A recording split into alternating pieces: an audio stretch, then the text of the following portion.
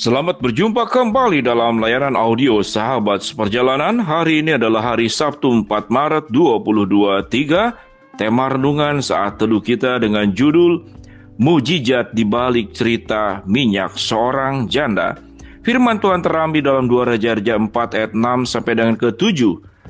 Ketika bejana-bejana itu sudah penuh, berkatalah perempuan itu kepada anaknya, "Dekatkanlah kepadaku sebuah bejana lagi." Tetapi jawabnya kepada ibunya, "Tidak ada lagi bejana." Lalu berhentilah minyak itu mengalir. Kemudian pergilah perempuan itu memberitahukan kepada abdi Allah, dan orang itu berkata, "Pergilah, jualah minyak itu, bayarlah hutangmu, dan hiduplah dari lebihnya, engkau serta anak-anakmu." Mari kita berdoa.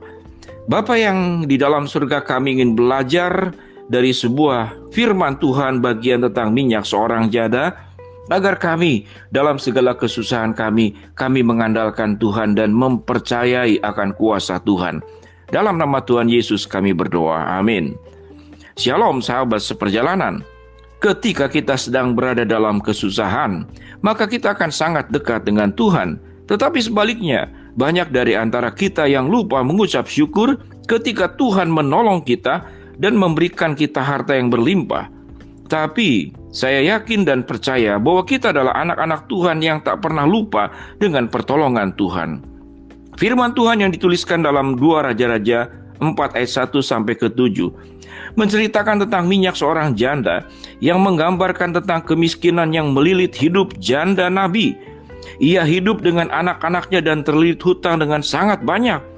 Penagih hutang sudah datang menjemput kedua anaknya untuk dijadikan budak, menggantikan hutang yang tak terbayar. Lalu janda itu mengadukan nasibnya kepada Elisa.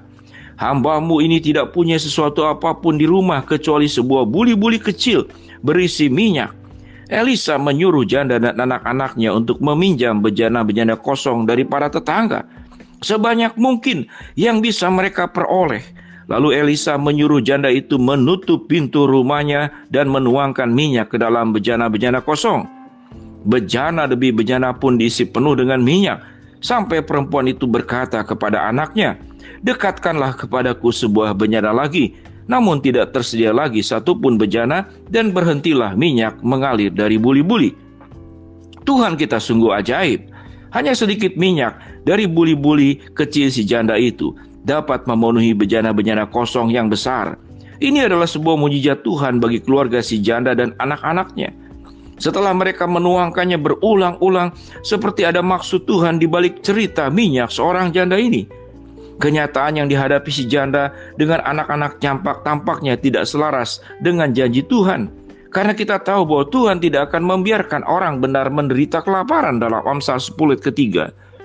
Tetapi disinilah si janda boleh dikatakan hanya mengandalkan satu buli-buli minyak dan menyampaikan kesusahannya kepada Elisa. Meskipun keadaannya tampak tidak sesuai dengan janji Tuhan, ia mempertahankan imannya kepada Tuhan dan pergi meminta tolong kepada Nabi. Keputusan ini sepertinya sepele, tetapi tentu saja ia akan minta tolong kepada Elisa. Siapa lagi yang bisa dia minta tolong selain guru suaminya? Tindakan ini menjadi sebuah lompatan iman yang besar bagi si janda yang harus mengatasi kebimbangan dan prasangkanya sendiri ketika dihadapkan pada kemalangan yang amat besar. Terkadang di dalam kehidupan kita saat ini, meminta tolong kepada orang terdekat seperti saudara kandung pun sangat susah. Yang kita dapat terkadang makian dan ribuan kata-kata yang kurang mengenakan hati, mematahkan semangat dan cenderung merendahkan kita yang sedang dalam kesusahan. Dalam Alkitab ada banyak contoh tokoh yang imannya melemah ketika kenyataan yang mereka hadapi tidak sesuai dengan janji Tuhan. Pada tahun-tahun awalnya di Kanaan, Abraham pindah ke Mesir karena terjadinya kelaparan. Bertentangan dengan janji Tuhan ketika Elia sedang diburu untuk dibunuh setelah kemenangannya melawan nabi-nabi palsu. Ia melarikan diri dan merasa ingin mati saja karena takut kepada Isabel.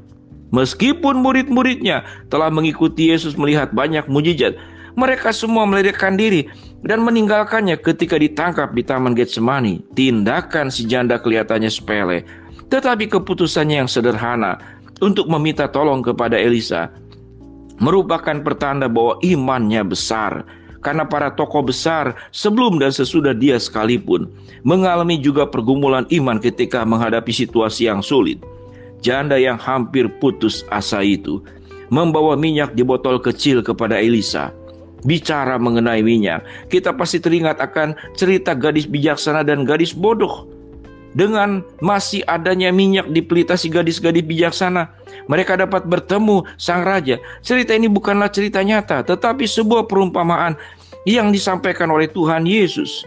Cerita Saul, Daud, dan raja-raja Israel ketika mereka dipilih menjadi raja, pasti diurapi dulu dan mereka diurapi pakai minyak. Setelah mereka diurapi, roh Tuhan ada pada diri mereka sehingga ada kekuatan luar biasa yang mereka miliki.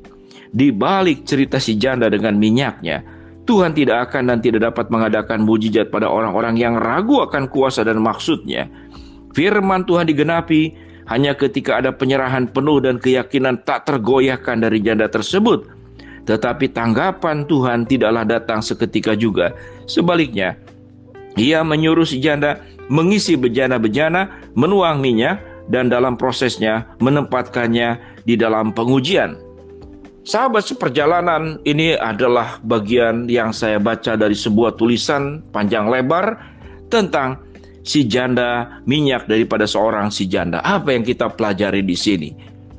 Tuhan senantiasa akan memberikan pertolongan pada saat kita mengalami kesulitan yang seberat apapun. Namun Tuhan meminta kerjasama agar kita mau punya iman yang teguh dan kuat, menyandarkan dan percaya pada saat dililit hutang, pada saat diperhadapkan kepada masalah. Dan si janda miskin ini, anaknya akan dijadikan budak kalau dia tidak bisa membayar, katakanlah hutang yang menjadi hutang daripada dirinya sendiri. Pada saat-saat titik kritis seperti inilah sahabat seperjalanan, Allah meminta kita untuk bersujud, bersimpuh, berlutut, berdoa. Selain kita sudah mengerjakan bagian kita, dan Allah akan menyatakan tindakan-tindakan pertolongannya. Kalau dalam hati kita yang kita simpan adalah kekurang percayaan, lalu kita berkata kepada Allah, masa sih Tuhan menolong saya? Masa sih Tuhan akan peduli kepada saya? Tuhan seakan-akan terlalu jauh. Di saat itulah kita sedang menutup pintu ketika kuasa Allah mau dilimpahkan kepada kita, ketika pertolongan Tuhan mau diberikan kepada kita, karena kita hanya membiarkan berjalan dalam kehidupan ini dengan kekuatan-kekuatan sendiri, dengan pikiran hikmat bijaksana sendiri yang sesungguhnya bukan masuk golongan hikmat. Namun sewaktu kita bersandar menyerahkan kepada Allah, kita hanya punya minyak yang sedikit dari buli-buli kecil. Namun Allah melalui hambanya atau Allah secara langsung akan membuat buli-buli kehidupanmu penuh dengan minyak.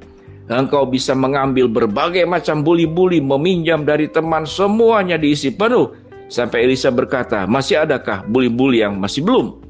Maka kalaupun ada dibawakan kembali, Tuhan akan melimpahkan secara luar biasa.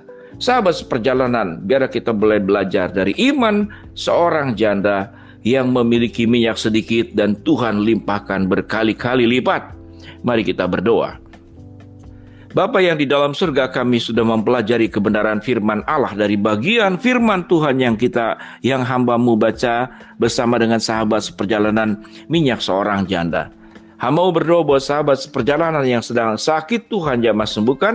Sahabat seperjalanan yang sedang menghadapi masalah, Tuhan bukakan jalan. Sahabat seperjalanan yang sedang berdoa mengharapkan sesuatu, Tuhan kabulkan dengan cara dan waktunya Tuhan. Dalam nama Tuhan Yesus kami berdoa. Amin. Shalom sahabat seperjalanan, Tuhan memberkati kita semua.